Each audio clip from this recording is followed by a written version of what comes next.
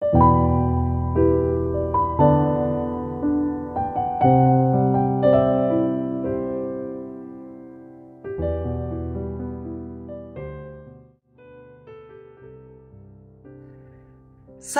setia Glory yang dikasih Tuhan, Shalom. Hari ini adalah Kamis 19 Oktober 2023. Hari ini kita akan bersama-sama merenungkan firman Tuhan yang diambil dari Injil Lukas 11 ayat 47 sampai dengan 54. Mari kita siapkan hati kita. Haleluya, haleluya. Akulah jalan kebenaran dan hidup. Hanya melalui aku orang sampai kepada Bapa. Haleluya, haleluya. Tuhan bersamamu dan bersama rohmu. Inilah Injil suci menurut Lukas. Dimuliakanlah Tuhan. Sekali peristiwa tatkala duduk makan di rumah orang Farisi, Yesus berkata, "Celakalah kalian, sebab kalian membangun makam bagi para nabi, padahal nenek moyang mula yang telah membunuh mereka. Dengan demikian kalian mengakui bahwa kalian membenarkan perbuatan nenek moyangmu, sebab mereka telah membunuh nabi-nabi itu dan kalian membangun makamnya. Sebab itu, hikmat Allah berkata, aku akan mengutus kepada mereka nabi-nabi dan rasul-rasul. Tetapi separuh dari antara para nabi dan para rasul itu akan mereka bunuh dan mereka aniaya. Maka dari angkatan ini akan dituntut darah semua nabi yang telah tertumpah sejak dunia dijadikan. Mulai dari darah Habel sampai kepada darah Zakaria yang telah dibunuh di antara mezbah dan rumah Allah. Bahkan aku berkata kepadamu, semuanya itu akan dituntut dari angkatan ini. Celakalah kalian, hai ahli-ahli Taurat, sebab kalian telah mengambil kunci pengetahuan. Kalian sendiri tidak masuk ke dalamnya, tetapi orang yang berusaha masuk kalian halang-halangi. Dan setelah Yesus berangkat dari tempat itu, para ahli Taurat dan orang-orang Farisi terus-menerus mengintai dan membanjirinya dengan rupa-rupa soal. Dengan itu mereka berusaha memancingnya supaya mereka dapat menangkapnya berdasarkan sesuatu yang diucapkannya. Demikianlah sabda Tuhan. Terpujilah Kristus. Sahabat setia Glory yang dikasihi Tuhan, Shalom, salam sehat untuk kita semua. Zaman sekarang beda dengan zaman dulu. Zaman sekarang belantara musik Indonesia dipenuhi dengan musik K-pop.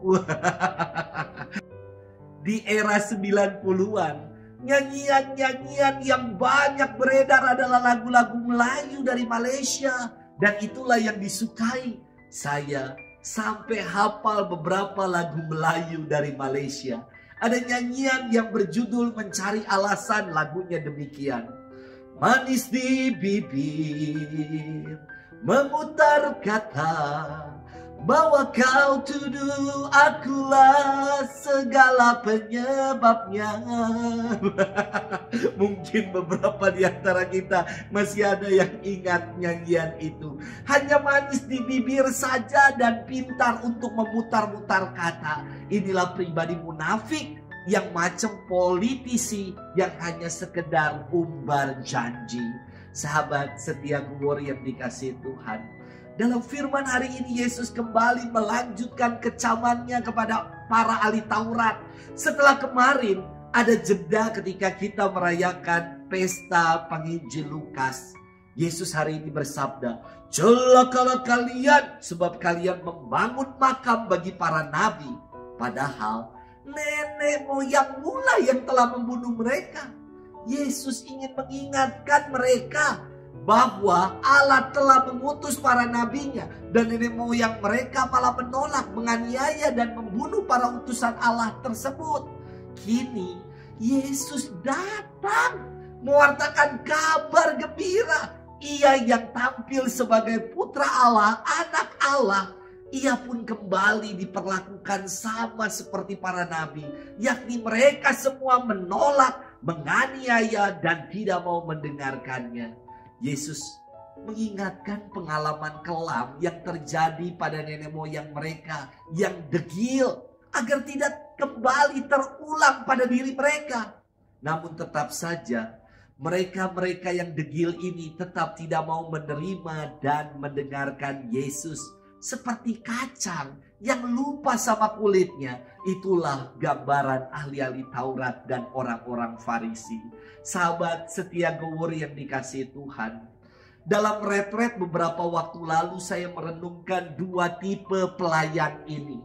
Yang pertama adalah tipe pelayan yang macam politisi, yang banyak bicara ke sana kemari, penuh intrik ini dan itu, hanya beretorika, berkata-kata yang tinggi-tinggi, namun tidak ada kerja dan karya nyata. Itulah pelayan yang macam politisi.